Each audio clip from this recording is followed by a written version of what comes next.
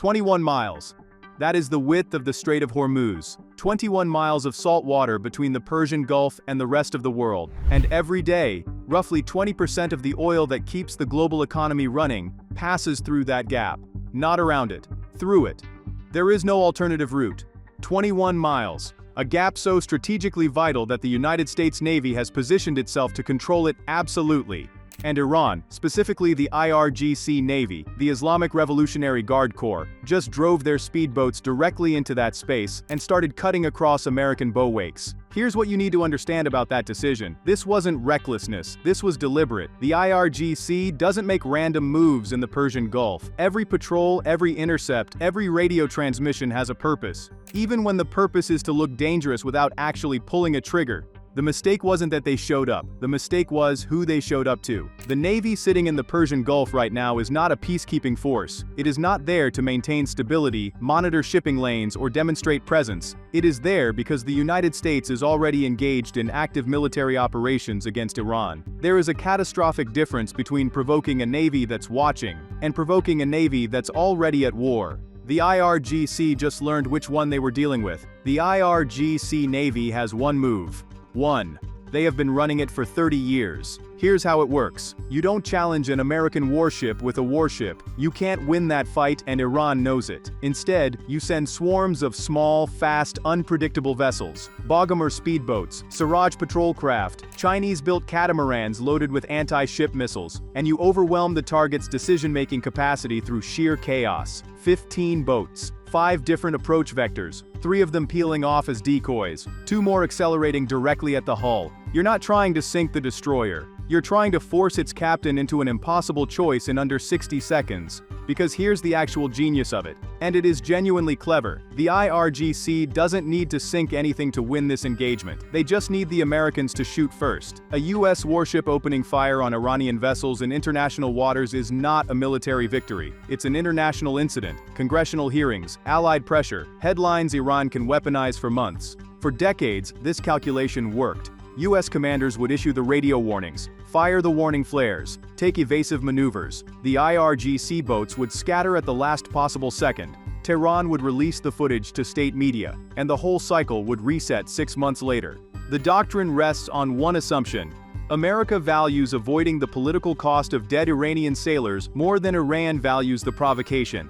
And for a long time, that assumption was correct. What Iran failed to update, the cost-benefit calculation changes completely when you're already at war, when strikes have already been authorized, when the carrier group in that water wasn't deployed to manage tensions, it was deployed to prosecute a conflict. The old deterrent, shoot us and face the consequences, evaporates when the consequences are already in motion. Iran walked into the Persian Gulf with a 30-year-old playbook and found out the rules of the game had changed. Let me tell you exactly what Iran's fast boats were driving toward. 2 carrier strike groups. Most people hear that and the number doesn't land correctly, so let's be specific about what that actually means in physical terms. A single US carrier strike group is built around a nuclear-powered aircraft carrier with roughly 70 to 90 aircraft on deck. FA-18 Super Hornets for strike. EA-18G Growlers for electronic warfare. Aircraft specifically designed to blind enemy radar, jam communications, and suppress air defenses before the strike package even arrives. E-2D Hawkeyes providing airborne command and control, watching the entire battle space in real time. Around the carrier, Arleigh Burke-class destroyers running the Aegis combat system, which can simultaneously track 200 targets and engage dozens at once. And underneath all of it, a submarine, one the IRGC cannot find, cannot track, and will never hear coming. That's one strike group. The United States has 2 in this water right now. The IRGC boats saw a destroyer. What was on the other side of the horizon, what their sensors couldn't reach, what their commanders couldn't factor into their threat assessment, was a problem they had no answer for. Picture the moment it registered. You're at 35 knots. The American destroyer is ahead of you. Your radio is broadcasting warnings in a tone that sounds like confidence. And then the destroyer stops reacting. It stops maneuvering. It holds its course like a ship that is done negotiating. The IRGC commander broke off. Not discipline, not de-escalation. He looked at what surrounded him and understood he was not in a standoff. He was inside a closing trap, and the only option left was to get out before it shut. But here's what that moment actually revealed, and why it matters more than the confrontation itself. The IRGC's fast boat doctrine requires the target to be uncertain. It requires the American commander to be calculating political risk, running through escalation protocols, waiting for authorization. The moment the destroyer held its course without flinching, it signaled that those calculations had already been made. The authorization was already in place. The political cost of engagement had already been accepted at the highest level. The speedboats weren't just driven off. They were shown the answer to a question Iran has been asking for years. How far will America actually go? Now they know. Iran has a case study for exactly this scenario. They lived through it.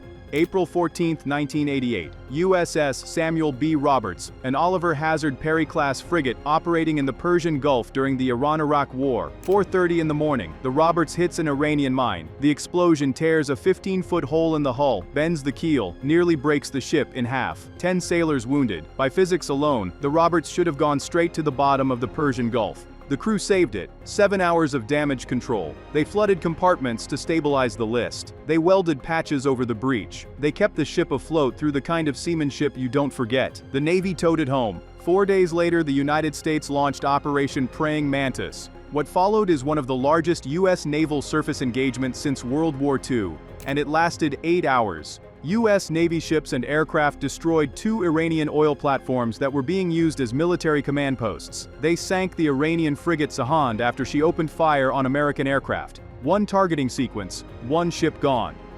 They struck the frigate Sabalan so severely it had to be towed to Bandar Abbas and never returned to combat capability. Multiple IRGC patrol boats were destroyed. When Iranian F-4 Phantoms approached U.S. positions, they were driven off before they could engage. Half of Iran's operational naval force, destroyed or mission killed, in 8 hours. Iran's Revolutionary Guard Navy lost more tonnage that day than any naval force in a single engagement since the Falklands War 6 years earlier.